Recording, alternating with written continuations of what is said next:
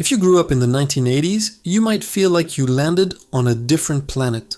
One moment, you're trading cassette tapes and exploring your neighborhood until the streetlights came on. The next, you're navigating a world of instant notifications and endless digital streams. It can feel like the rules of reality changed overnight. This feeling isn't about being outdated or nostalgic, it's about how your mind was built. You developed during a unique historical window, a brief analog pause before the digital flood. This shaped you in ways that are becoming increasingly rare. Let's explore the 5 core traits of the 80s trained mind. First, you have a hardwired sense of hope. Psychologically, your brain's baseline was set in a time of relative optimism and clear forward momentum. You saw your parents striving for a better life, and it felt achievable.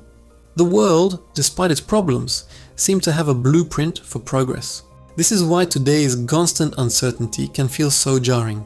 Your mind was built for a future that felt more predictable. Second is what we can call latchkey autonomy.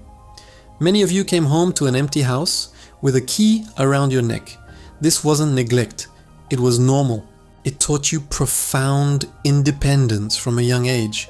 You learned to solve your own problems, entertain yourself, and be responsible for your own time.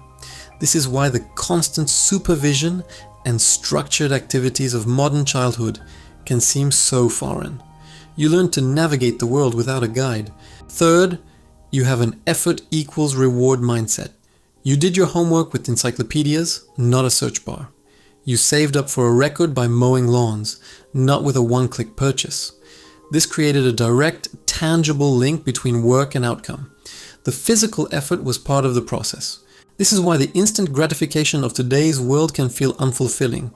You were trained to value the journey, not just the destination. Fourth is your physical world confidence. You learn to read a paper map, fix a bike chain, and talk to strangers for directions. Your reality was tangible, grounded in things you could touch and manipulate. Your brain mapped the world through direct experience, not through a screen.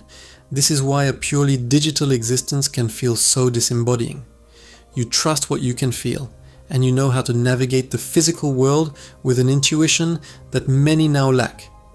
Finally, you have a deep capacity for presence.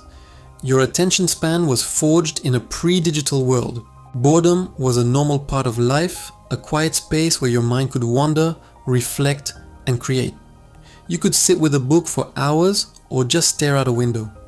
This is why today's world of constant distraction can feel so draining. Your mind was trained for deep focus, not for skimming an endless feed.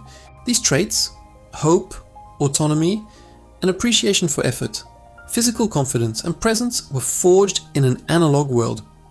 It's not about being better or worse than younger generations. It's simply a different cognitive training. While today's world runs on digital speed and constant connection, your mind was optimized for something else. So, if you feel out of step, remember this: you're not outdated, you're not obsolete. You were trained differently. These qualities are not weaknesses in a modern world, they are rare strengths. You are the bridge between two worlds, a keeper of a mindset that is becoming increasingly valuable. If this resonated with you, consider subscribing to our channel, People Like You. We're a community exploring the quiet psychology of our inner lives. In our next video, we'll dive into why so many of us struggle with overthinking and a busy mind in this noisy modern world. Thanks for being here.